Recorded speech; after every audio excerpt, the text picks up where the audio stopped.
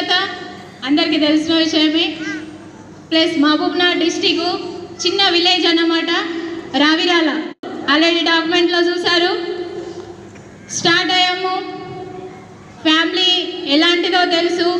వ్యవసాయ కుటుంబం, చిన్న విలేజ్ నుంచి హైదరాబాద్ రావడం జరిగింది.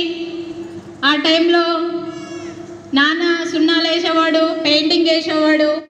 ఒకటే కూతుర్ని, 2 అన్నయ్యలు, 1 తమ్ముడు. నాకు పెద్దగయ్యాము, పెళ్ళిళ్ళు అయిపోయాయి. తర్వాత లైఫ్ స్టార్ట్ అయిపోయింది. అవునా కదా? స్టార్ట్ అయిపోయారు. మ్యారేజ్ కూడా అయిపోయింది నాకు. ప్లస్ కొద్దిగా విన్నారు డాక్యుమెంట్లో 3 పిల్లలు పుట్టడం జరిగిపోయింది నా లైఫ్లో.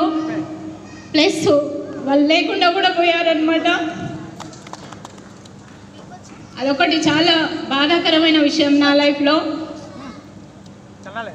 ఆ ఫ్యామిలీ వాళ్ళు అయితే పిల్లలకి ఇచ్చారు ఇంపార్టెంట్, కానీ నాకు ఇవ్వలేరు. అక్కడి నుంచి రావడం జరిగింది, అమ్మ వాళ్ళ ఇంట్లో ఉండడం జరిగింది. డిసైడ్ అయ్యానన్నమాట, నీకంటూ నువ్వే ఏదో ఒకటి చేసుకోవాలి. అన్న తమ్ముళ్ళు అందరూ ఉంటారు, కానీ ఎంతవరకు ఉంటారో అనేది అందరికీ తెలుసు. నా లైఫ్ వరకు వచ్చేవరకు నేనే ఏదో ఒకటి చేయాలి. ఎస్ఆర్ ప్లస్ రావడం జరిగింది. అమ్మ వాళ్ళ ఇంట్లో ఉన్నాము. ఏం చేయాలో అర్థం కాలేదన్నమాట. చిన్నగా కంపెనీలో కూడా వర్క్కి వెళ్ళాను. ఆ కంపెనీ కూడా ఎలాగంటే చాక్లెట్ కంపెనీ అని చెప్పుకోవచ్చు, దగ్గరలో ఉంటుంది. పొద్దున పోతుంటే రాత్రి వరకు నిలబడుతుంటే 2 రోజులు మాత్రమే పనిచేశాను అక్కడ. ఆ తర్వాత నాతో అవ్వలేదు. వచ్చాము ఇంటికి, డబ్బులు అడిగాను అతన్ని. అడగడంతో 2 రోజుల డబ్బులు మేము ఇవ్వము, వారం రోజుల తర్వాతనే డబ్బులు ఇస్తామన్నారు. ఆ 2 రోజులు డబ్బులు వదులుకోలేక మళ్ళీ 7 రోజులు కూడా కంటిన్యూ ఆ పని చేయడం జరిగింది. ఆ టైంలోనే సేఫ్ షాప్ అనేది నా లైఫ్లోకి వచ్చింది. కానీ మనసులో మాత్రం అనుకుంటుంటే దీనికన్నా మంచి పని ఏదైనా సరే భగవంతుడా నాకు ఇవ్వండి, నా మనసులో నేనే అనుకునేదాన్ని అన్నమాట. అట్లాంటి ఛాన్స్ దొరికిందంటే మాత్రం వదులుకోవద్దు అనుకున్నాను. మా ఇంటి పక్కకు ఆంటీ వాళ్ళు అన్నమాట, బెంగళూరు వాళ్ళ ఇంటికి వెళ్ళడం జరిగింది. అక్కడ ఏం జరిగిందంటే ఆంటీ సాంబార్ పెడుతుంది. శనివారం రోజు వాళ్ళ ఇంట్లో సాంబార్ పెడతారనమాట. అది నాకు చాలా ఇష్టం, చాలా టేస్టీగా ఉంటుంది. ఇంటికి వచ్చాను. ఆ తర్వాత ఈశ్వర్ అని ఆంటీ వాళ్ళ కొడుకు అన్నమాట. అక్క అమ్మ తొందరగా రమ్మంటుంది నిన్ను, ఎందుకో ఏమో తెలియదు అంటే, ఒకటి అర్థమైంది, రోజు శనివారం కదా సాంబార్ ఇవ్వడానికి అనుకున్నాను. కానీ సేఫ్ షాప్ లైఫ్ దొరికిందండి అక్కడ నాకు. పోయాను. ఆంటీ మాట్లాడుతుంది, ఏం చేస్తున్నావు, బాగున్నావా, ఇంటికి వస్తలేవు, అది దాన్ని కొద్దిగా డిస్కషన్ చేసింది. మన వాళ్ళు కొంచెం ప్లాన్ చెప్తున్నారు అక్కడ. సైలెంట్గా పోయి విన్నాము. ఇలా చూస్తున్నాను. ప్లస్ నాకైతే వాళ్ళు డైరెక్ట్ చెప్పలేరు. ఆ టైంలో ఉండడం జరిగింది. షాపింగ్ అంటున్నారు, అదంటున్నారు, ఇదంటున్నారు. అంత బాగానే ఉంది. కూర్చున్నాం పక్కకి. ఆంటీ అంటుంది అనమాట, నువ్వు పని కావాలి అన్నావు కదా, చూడు అదేదో బాగుంది అంటుందంటే అర్థమైపోయింది. ఒకటే నెలకు 8 లక్షలు అనగానే ఇక్కడ గుసాయించుకోపోయిందండి. 8 లక్షల వారానికి, నెలకి 8 లక్షల, వారానికి 2 లక్షల. ఏ ఊరికో ఎవరిస్తారు? అక్కడ ఉండే పిల్లల్ని కూడా పాపం వాళ్ళు వద్దామనుకుంటారు గురూజీ, నెగిటివ్ అయిపోయారు. ఇవన్నీ ఉత్తివే, వేస్ట్ కంపెనీలు, అసలు కావు ఇవన్నీ అన్నాము. నెక్స్ట్ డే నుంచి నా మీద ఫోకస్ పెట్టిండ్రు వాళ్ళు. అక్కడ ఉన్న వాళ్ళని వదిలేసిండ్రు, ఫోకస్ పెట్టారు. స్టార్ట్ అయ్యాము. మళ్ళీ జర్నీ సాగుతుంది. తెలియదు ఏం చేయాలో. ప్లాన్ అయితే విన్నాము. ఫామ్ నింపాలి, 350 ఉండే అప్పుడు, డబ్బులు లేవు. ప్లస్ ప్యాకేజ్ అంటున్నారు, అవి కూడా లేవు. వేసారు 10,000 అంటే ఎడికెళ్ళి తెస్తాము, 200 వస్తే మా గొప్ప అనుకుంటుంటే. అలాంటి టైంలో ఎలా నుంచి వచ్చాడో, ఎక్కడి నుంచి వచ్చాడో తెలియదు అనమాట. అభిషేక్ మహూర్జీ నా లైఫ్లో ఎంట్రీ అయిపోయాడు. చెప్పాము, ఇంట్రెస్ట్ అయితే ఉంది, బట్ నా దగ్గర ప్యాకేజీకి డబ్బులు లేవు సార్ అన్నాను. నిజంగా రియల్ దేవుడు అని చెప్పుకోవచ్చు నా లైఫ్లో. స్టార్ట్ అయ్యాం. మేడం ఇంట్రెస్ట్ ఉందా? ఎస్ సార్ ఉంది. ప్లస్ ఆ 350 కూడా లేవు నా దగ్గర ఫామ్ ఫిల్అప్ చేయడానికి. చిన్న కమ్మలు ఉండే అనమాట. అవి పెట్టేశాను. 350 తీసుకొచ్చిన, ఫామ్ సైన్ అప్ చేయించినాము. మా గురుజీ కొద్దిగా ప్యాకేజీ హెల్ప్ చేశాడు. థ్యాంక్ యూ మా గురుజీ, కోటి కోటి ధన్యవాదాలు. స్టార్ట్ అయిపోయాము. ప్లస్ గురూజీకి కాల్ చేయాలి, ఫోన్ లేదు. సార్ ఫోన్ లేదు, మళ్ళీ మాట్లాడాలి. చిన్న సెల్కాన్ ఫోన్ అనమాట. ఇప్పుడు మా అమ్మ దగ్గర ఉంది అదే ఫోను, దాంట్లో బ్యాలెన్స్ కూడా ఉండేది కాదు. కాల్ చేయాలంటే 2 సార్లు లింక్ ఇవ్వాలి. మా గురుజీకి అర్థమైపోయేది.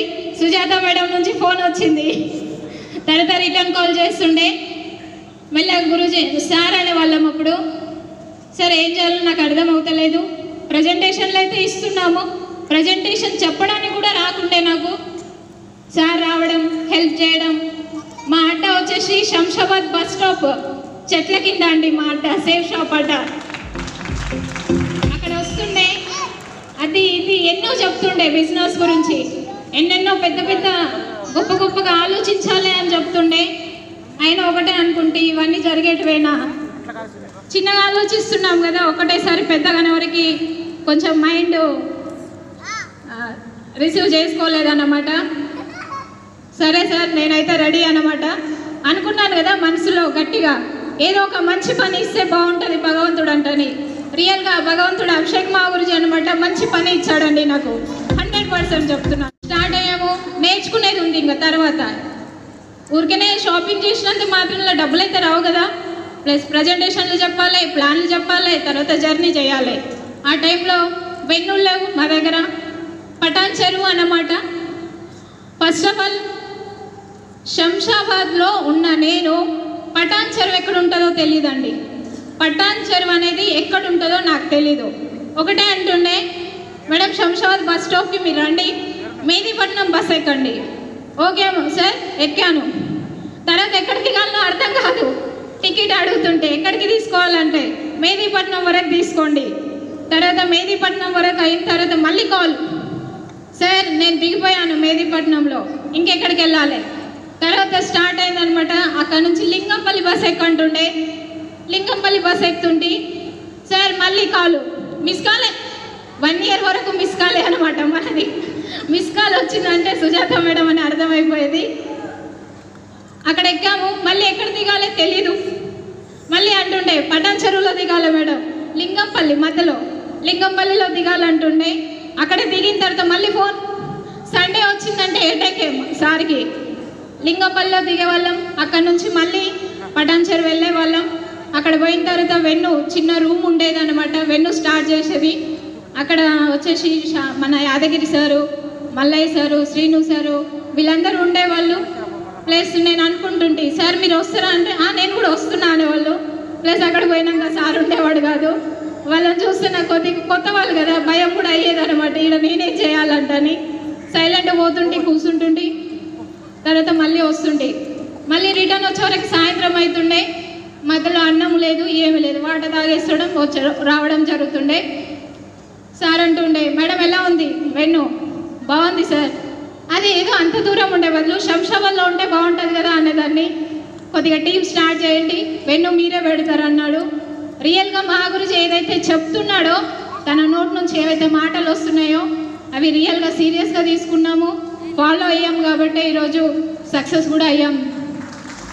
స్టార్ట్ అయ్యాము, చిన్న చిన్నగా ఇన్కము. 1 year వరకు కూడా అట్లా జరిగేది. అమ్మ దగ్గర పైసలు అడుగుతుంటే 20 రూపాయలు 50 రూపాయలు ఇబ్బంది అయ్యేది. ప్లస్ ఇచ్చేది ఎంతైనా అమ్మ కదా, ఎంత కోపం ఉన్నా ఎంత ప్రేమన్నా పిల్లలకే ఇస్తుంది, అలా ఇచ్చేదన్నమాట. అనుకుంటుంటే ఏదో ఒక రోజు మాత్రం కనిపిస్తుంది జిందగీ. ఆ తర్వాత స్టార్ట్ అయింది సేఫ్ షాప్ జర్నీ. ట్రైనింగ్ కావాలన్నారు, చేస్తున్నాము, చిన్న చిన్నగా వెళ్తున్నాము. 1000 2000 ఇలా చెక్ స్టార్ట్ అవడంతో కొద్దిగా ఆశ కలిగింది, బిజినెస్ ఏదో బాగుంది. కొన్ని రోజులు కష్టపడ్డామంటే రియల్ లైఫ్ చూడొచ్చు అనిపించింది. కానీ ఒక మాట అంటుండే మా గురుజీ, మేడం రియల్గా చెప్తున్నాను, ఈ బిజినెస్లో తెలంగాణ నుంచి ఎవరన్నా లేడీ డైమండ్ ఉన్నారంటే అది మీరే అవుతారంటని మాత్రం అంటుండే. ఆ మాటలు, ఆ హెల్పింగే నన్ను ఇంతవరకు తీసుకొచ్చింది అనమాట. ఆ తర్వాత 1000 2000 రావడం స్టార్ట్ అయింది, కొద్దిగా సంతోషం అనిపించింది. ఆ తర్వాత మళ్ళీ ఓ ట్రైనింగ్కి తీసుకెళ్ళాడు మా గురుజీ. అది కూడా శంషాబాద్, లింగంపల్లి, పటాన్చెరు ఇలాంటి ఏరియా కాదనమాట, Kerala. First of all Kerala ఎక్కడ ఉంటుందో తెలియదు. మేడం ఇట్లా ట్రైనింగ్ ఉంది, మనం వెళ్ళాలి అంటాను. సరే సార్ కేరళ అంటున్నారు, కేరళ నాకు దగ్గరలో అనుకున్నాను. ఏం లేదు, ఒక 650 రూపాయలు పంపించు, ట్రైన్ బుక్ చేసేస్తా అన్నాడు. 650 అవి ఎక్కడ ఉన్నాయి? పైసలు అప్పుడప్పుడే వస్తున్నాయి, ఆయన ఖర్చు పెడితే మళ్ళీ ఎట్లాగా? సరే అని చెప్పినాం. లాస్ట్కు మా గురించి మాటలు విన్నాము. మెల్లగా కేరళ జర్నీ స్టార్ట్ అయింది. నాతో పాటు ఒక 2-3 టీమును కూడా తీసుకెళ్ళాను. నరసింహులు సార్ ఇక్కడే ఉన్నాడు, యాదగిరి సార్ ఇక్కడే ఉన్నారు. పోయినాం అందరం కలిసి, ట్రైనింగ్ విన్నాము. ఆ ట్రైనింగ్ కూడా అనుకున్నాం తెలుగులో ఉంటుంది అనుకున్నాము. వికాస్ మా గురించి హిందీలో ట్రైనింగ్ ఇస్తున్నాడు. ఆ టైంలో అర్థం కాలేదు, కానీ ఒకటి మాత్రం అర్థమైందనమాట. బిజినెస్లో 2 సంవత్సరాలు గట్టి కష్టపడ్డామంటే దీని తల్లి ఇంతకన్నా మంచి బంగ్లా కట్టొస్తుంది. పైకి కనుక్కోలేను, ప్లస్ నా మనసులో అనుకున్నా, ఈరోజు ఓపెన్గా చెప్తున్నాను అంతే. అక్కడున్న వాతావరణం నచ్చింది, కొద్దిగా లగ్జరీ అనిపించింది. అంతకన్నా మెయిన్గా నీట్నెస్ అనిపించింది నాకు. ఎక్కడైనా సరే నీట్నెస్ ఉన్న దగ్గరనే నేను ఉంటాను గురించి, ఇంట్లో అయినా ఎక్కడైనా. అట్లాంటి ప్లేస్లో నేను ఉండడం, భగవంతుడు నాకు కరెక్ట్ బిజినెస్ ఇచ్చిండు అనుకోవడం, అలా స్టార్ట్ చేయడం, మెల్లమెల్లగా దిశలు స్టార్ట్ అయినాయి. 1, 2, 10 మంది, 100, 1000 ఈరోజు చూస్తున్నారనమాట. పెద్ద ప్రపంచమే అయిపోయింది సేఫ్ షాప్. సునామీ లాగా తయారైంది. రియల్గా అనుకోలేము మేము.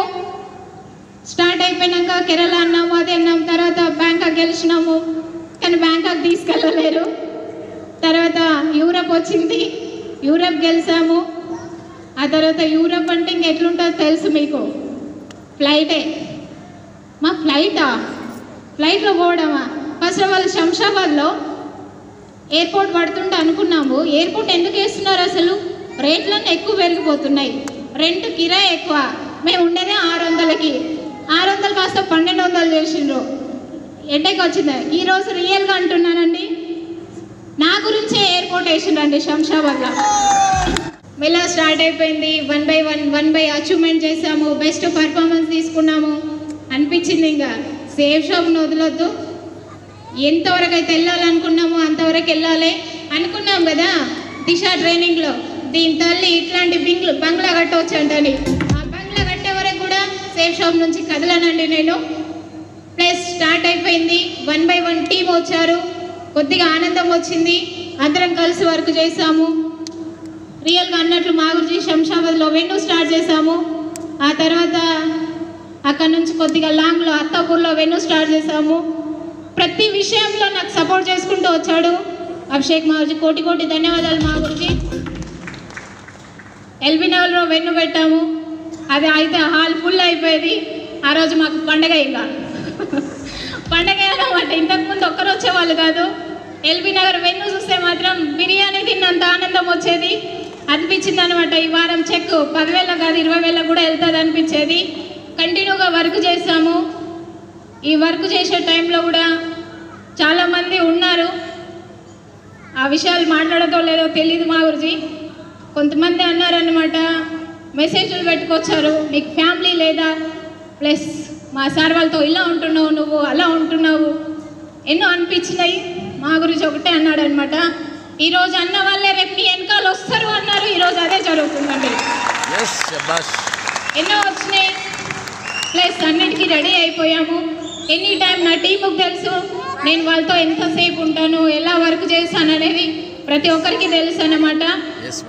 ఈ టైంలో వచ్చాము, ప్లస్ స్టార్ట్ అయిపోయింది. ప్యారిస్ పోయాము, ఇంటర్నేషనల్ ఫ్లైట్ అనమాట. నాకు కాందానిలో కూడా ఎవరు ఎక్కలేరు ఇప్పటివరకు ఫ్లైట్ అనేది. సినిమాలు చూస్తుంటే కొన్ని అప్పుడప్పుడు విజయశాంతి ఉండే కదా మా గురించి, కర్తవ్యం సినిమా, అలాంటి సినిమాలు చూసి నేను ఊహించుకుంటుంటే అక్కడ నేను అలా కావాలనేది. సేఫ్ షాప్లోకి రాకముందు కూడా నాకు బైక్ నడిపియాలి, స్కూటీ నడిపియాలి, కార్ నడిపియాలి, నేను కొందరికి మాట్లాడాలి, ఒక లీడర్గా ఉండాలి అనే కోరికలు మాత్రం మనసులోనే ఉండేటివి. సేఫ్ షాప్ వచ్చినాక అవన్నీ నా లోపల చంద్రముఖి అంటారు చూడండి, అలా స్టార్ట్ అయిపోయిందనమాట. 1 by 1 వన్ బై వస్తుంటే ఏ రోజు అలసట అనిపించలేదు సేఫ్ షాప్లో. ప్లస్ ప్రాబ్లమ్స్ కూడా వస్తాయి. Yes or no? చాలామంది నో అనే వాళ్ళు ఉంటారు, ఎస్ అనే వాళ్ళు ఉంటారు. అన్నిటికీ రెడీ అయిపోయాము. నో అనే మాటలే ఎక్కువగా విన్నాను. గురుజీతో ఎన్నోసార్లు డిస్కషన్ చేసిన, మా గురుజీ అసలు ఏంది అవుతుందా కాదా, అసలు ఎవరు వద్దంటుండే అంటే మా గురించి ఒకటే అంటుండే, ఎవడు మేడం వాడు అన్నోడు, వానికి ఏం తెలుసు సేఫ్ షాప్ గురించి, మనకు తెలుసు, మీరు కంటిన్యూ చేయండి కంపల్సరీ డైమండ్గా నిలబడతారు అన్నారనమాట. రియల్గా మా గురించి ఏ నోటికున్నాను అన్నాడో రియల్గా నా లైఫ్ చేంజ్ అయ్యిందండి. యూరోప్ వెళ్ళాము, ఆనందమే ఆనందం, చెప్పలేనంత ఆనందం. ఫ్యామిలీ ఉంది, హ్యాపీ. ఇక్కడే మా అమ్మ ఉంది, మా నాన్న ఉన్నారనమాట. మా అమ్మ అయితే ఏ పని అంటే ఆ పని చేసేది. ఆ రెడ్డిస్ ఇళ్ళల్లో గిన్నెలు తోమేది, బట్టలు ఉతికేది. ప్లస్ మా గురించే అనిపించింది అనమాట. అమ్మ నాన్నలకు భారం కావద్దు, వాళ్ళని ఒక మంచి పొజిషన్లో పెట్టుకోవాలనుకున్నాను. రియల్గా ఒక కొడుకు లేని చేయలేని పని నేను చేసినందుకు చాలా గర్వంగా ఉంది నాకు. మంచి పేరు, ఇంతమంది ఆదరాభిమానము, అన్నిటికన్నా మించి అభిషేక్ మా గురుజీ ధన్యవాదాలు నా ఇంబడి ఉంటాయనుకుంటున్నాను. మా గురుజీ ఇంకా నేను ఎన్నో సాధించాలి బిజినెస్ నుంచి. డైమండ్ వరకైతే నేను వచ్చాను. ప్లస్ నా టీం ముందు కూడా తీసుకెళ్ళాలనుకుంటున్నాను. స్టార్ట్ అయిపోయి ఇన్కమ్ వచ్చింది, మెల్లమెల్లగా స్కూటీ తీసుకోవడం జరిగింది. ఆ స్కూటీ డ్రైవింగ్ ఎట్లనో రాదు, 6 నెలలు పెట్టాను. తీసుకున్న తర్వాత ఓ రోజు శ్రీను సార్ వచ్చేసి నడవండి మేడం స్కూటీ నడిపిద్దామన్నాడు. సరే అని వెళ్ళాము, కింద వేసేసా, కింద పడిపోయిండు. తర్వాత అనుకున్నాడు ఇంక ఇప్పటివరకు మళ్ళీ స్కూటీ కూడా ఎక్కలేదు నాది, భయపడిపోయిండు. కానీ ఈరోజు హైదరాబాద్ సిటీలో స్కూటీ నడిపేయడం జరుగుతుంది. అది కూడా ట్రాఫిక్ ఏరియాలో, ఇక్కడ మదీనా, కోటి plus LB Nagar, any time అన్నమాట రెడీ. నేనైతే దేనికి భయపడేది లేదు. అంటారు కదా నిండా మునిగినాక చల్లెందుకంటని, దిగినాం బిజినెస్లోకి, సాధించేది ఇంకా ఉంది. వెనుకడికి ఎందుకు వేయడము, అక్కడితో సక్సెస్ ఎందుకు ఆపుకోవడం అనుకున్నాము, కంటిన్యూ చేస్తున్నాము. అమ్మ నాన్నలు ఒకటే అనేది 1-2 అయ్యేదన్నమాట. ఒక్కొక్కసారి 1 o'clock కూడా నేను ఇంటికి వెళ్తుంటే అమ్మ నాన్న మేల్కొనే ఉండేవాళ్ళు. ఏమైందంటే ఇంకా నిద్ర పోలేవంటే ఒకటే అనేది, నువ్వు రాలేవు కదా ఇంకా ఎప్పుడు వస్తావు అని వెయిట్ చూస్తున్నా అన్నాను. ఆ టైంలో కొద్దిగా కన్నీళ్ళు వచ్చేవి నా దాంట్లో. ఇది ఎన్ని రోజుల్లో, ఇంకా కొన్ని రోజులే అనుకున్నాను. వాళ్ళు అప్పుడు ప్రశాంతంగా నిద్రపోయేవాళ్ళు. చాలామంది అంటారు 12 గంటల వరకు ఓడి తిరుగుతారు. అవునా కదా, ఇంత సక్సెస్ ఇంత అచీవ్మెంట్ ఎక్కడి నుంచి దొరుకుతాయండి? మరి చిన్న బిజినెసా చేసేది? జాబే చూస్తున్నారు ఎంతోమంది, జాబ్ లైఫ్లో చూసినాం మేము. కానీ సేఫ్ షాప్ అలాంటిది కాదనమాట. డిఫరెంట్ లైఫ్ని ఇస్తుంది, తనకంటూ ఓ పేరు ఇస్తుంది, తను అనుకున్నది సాధించగలిగే దానికి ధైర్యం ఇస్తుంది. ఫస్ట్ ఆఫ్ ఆల్ స్కూటీ కొన్నాం, తర్వాత కారు, 4 వీలర్. రియల్గా నా సొంతంగా నా పేరు మీద బండి ఉండడం నాకు చాలా హ్యాపీ అనిపిస్తుంది. ప్లస్ ఆ కారు కూడా డ్రైవింగ్ చేయడం కూడా జరుగుతుంది అనమాట. అనుకున్నాను కదా విజయశాంతి లాగా కావాలంటని. రియల్ ఏ దానికి వెనుకకు పోయేది లేదు. మా గురించి నా సక్సెస్ అయితే ఇది, నాకైతే చాలా సంతోషంగా ఉంది. ఇంకా ఇది ఓ డైలాగ్ చెప్పాలనుకుంటున్నాను, ఇది ఆరంభం మాత్రమే, అంతం కాదు. Only diamond నేనయ్యాను. ప్లస్ ఆ భగవంతుడు 3 పిల్లల్ని ఇచ్చాడు నాకు. ప్లస్ వాళ్ళు నా దగ్గర లేరు ఈరోజు. ఇక్కడ కొన్ని వేల మంది నా పిల్లలండి ఈరోజు. రియల్గా చెప్తున్నాను, ఓ మనిషి పుట్టాడంటే తన లైఫ్లో ఏదో ఒకటి సాధించడానికి అని అర్థమైంది. ఆ కమిట్మెంట్ తీసుకున్నాము. అందరి లేడీస్ లాగా నేను డిఫరెంట్గా ఉండాలనుకున్నాను. నా డ్రీమ్ మాత్రం ఒకటే ఉంది, మదర్ తెరీసా లాగా అవ్వాలన్న ఆలోచన నాకు ఎప్పుడైతే వచ్చిందో ఆ రోజు సేఫ్ షాప్ నాకు కరెక్ట్ అనిపించింది అనమాట. ఊరికనే కాదు కదా గొప్పోళ్ళు, ఎసాను అలాంటి కేటగిరీలో నేనున్నందుకు నన్ను ఈ ప్లేస్లో పెట్టిన మా గురుజీ అభిషేక్ మా గురుజీకి కోటి ధన్యవాదాలు. మా గురుజీ 100% సేఫ్ షాప్లో ఓన్లీ డైమండే కాదు, కొన్ని వేల లక్షల మంది డైమండ్ చేసేవారు కూడా చెప్పినా కదా, ఆరంభం మాత్రమే, అంతం కాదంటని. ఈ రోజు నుంచి కొత్త జర్నీ స్టార్ట్ చేస్తున్నాం. మళ్ళీ 13 లక్షల బిజినెస్ వచ్చేసింది. స్టార్టింగ్ లాగానే అందరితో పాటు ఉండడం. ఓన్లీ డైమండ్లు అయిపోయినారు, రెస్ట్ తీసుకుంటారేమో అనుకోకండి. ఇప్పటి నుంచి ఇంకా బాధ్యతలు పెరిగినాయి. ఎందుకంటే పిల్లలు పెద్దగా అయ్యారు కదా, ఎక్కువ అయ్యారు కదా, అవునా కదా, వాళ్ళకు కూడా అచీవ్మెంట్ చేపియాలన్నమాట. ప్లస్ హ్యాపీ, చాలా హ్యాపీ అండి. ఎంత హ్యాపీ అంటే నా డ్యాన్స్లోనే మీకు అర్థమైంది అనుకుంటా. థ్యాంక్ యూ మా గురించి, ఇంత మంచి లైఫ్ ఇచ్చారు. భగవంతుడు ఉన్నాడో లేడో నాకైతే కొద్దిగా నమ్మకం లేదు భగవంతుడి మీద, ఇక్కడ మాత్రం భగవంతుడు కనిపిస్తున్నాడు అండి.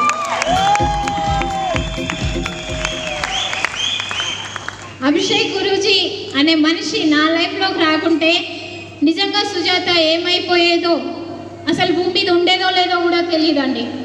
ఎందుకంటే కొన్ని సిచ్యువేషన్లు చూసాం కాబట్టి అనిపించింది, జీవితం ఇంతే అనిపించింది.